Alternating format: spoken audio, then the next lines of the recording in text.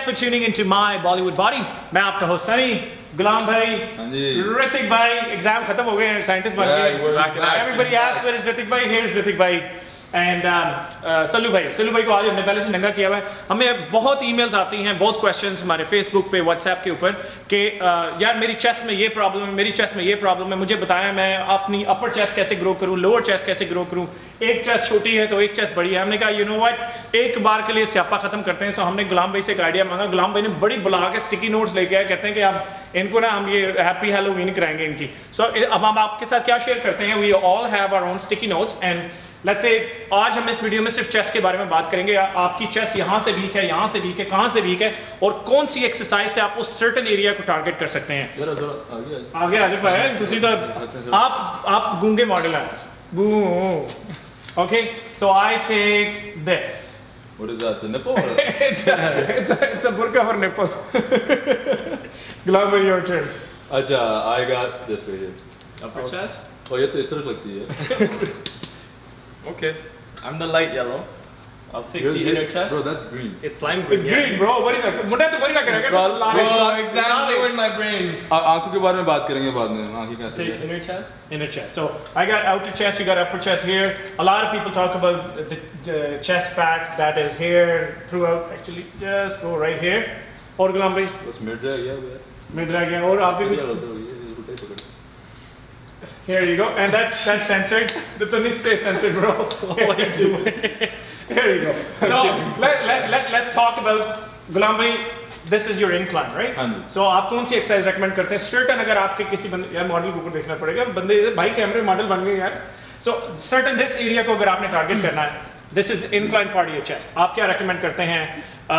Barbell use करनी चाहिए, incline area में बारबेल यूज करेंगे इस एरिया को ग्रो करने के लिए, डंबल यूज करेंगे, फ्लाई यूज करेंगे, आप बताएं। You can use all three actually if you really want to. लेकिन अगर आपने अगर इसको चौड़ा करना है तो आपने उसके बार यूज करनी है, बार से चौड़ा हो जाएगा ये, ठीक है। आप इंक्लाइन बेंच के ऊपर बार यूज करेंगे, ये चौड़ी हो जाएगी। इसके से आपने बाहर निकालनी है तो आप डंबल्स यूज करेंगे, जिससे आप प्रेसेस करते हैं, उससे आपकी ये बाहर निकलेगी।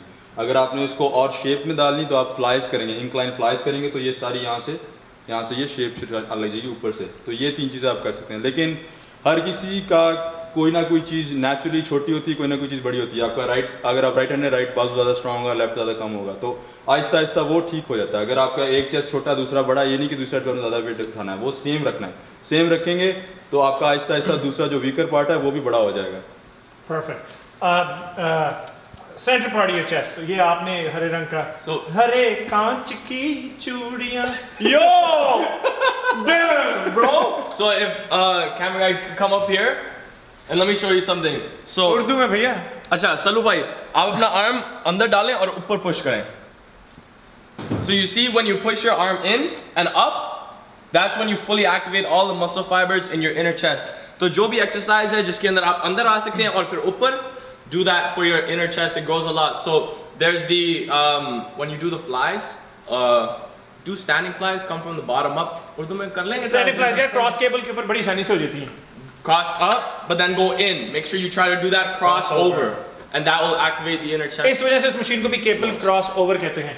So ये साले किसने नीचे करके लगाई हुई है? इधर मेरी कोई छाती गई हुई है, वो पागल को साला मैं ही गई। तो नीला रंग लोअर डिक्लाइन पार्ट, जैसे गुलाम भाई ने कहा, एनी चेस्ट, किसी भी चेस्ट के एरिया को अगर आपने ग्रो करना है, ग्रो मींस कोई भी चीज आप करेंगे वो ग्रो होगी। अगर आप बारबेल के थ्रू उसको बार के थ्रू अगर ग्रो करने की कोशिश करें, वो चौड़ी भी होगी। डंबल से ऐसे करके आपके जो छाती है दूधुओं की तरह बाहर आएगी।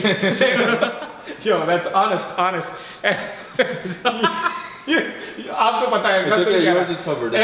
And when it comes to flies tends to add a lot of isolation exercise बन जाती है, शेप भी देती है।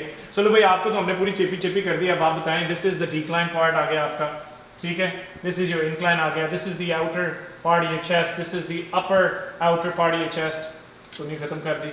This is the center part of your chest.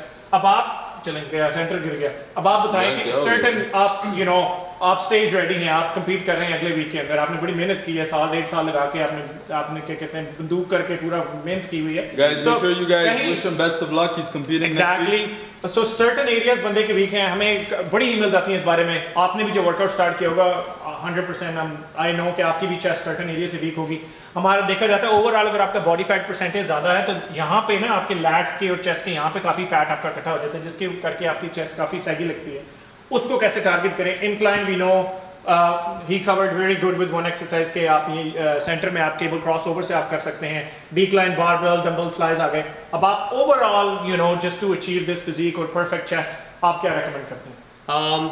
Chest एक काफ़ी बड़ा मसल ग्रुप है। आप लोग हमेशा जब भी चेस्ट ट्रेन करने आएंगे आप कहते हैं कि एक मसल ग्रुप है, लेकिन आपकी चेस्ट के अंदर भी काफ़ी ज़्यादा कंपार्टमेंट्स हैं। जिस तरह अपर चेस्ट है, इनर चेस्ट है, जिस तरह हम सारों ने स्टिकी नोट्स ने मेरे ऊपर लगाए और मैंने आपको एक एक करके बताया।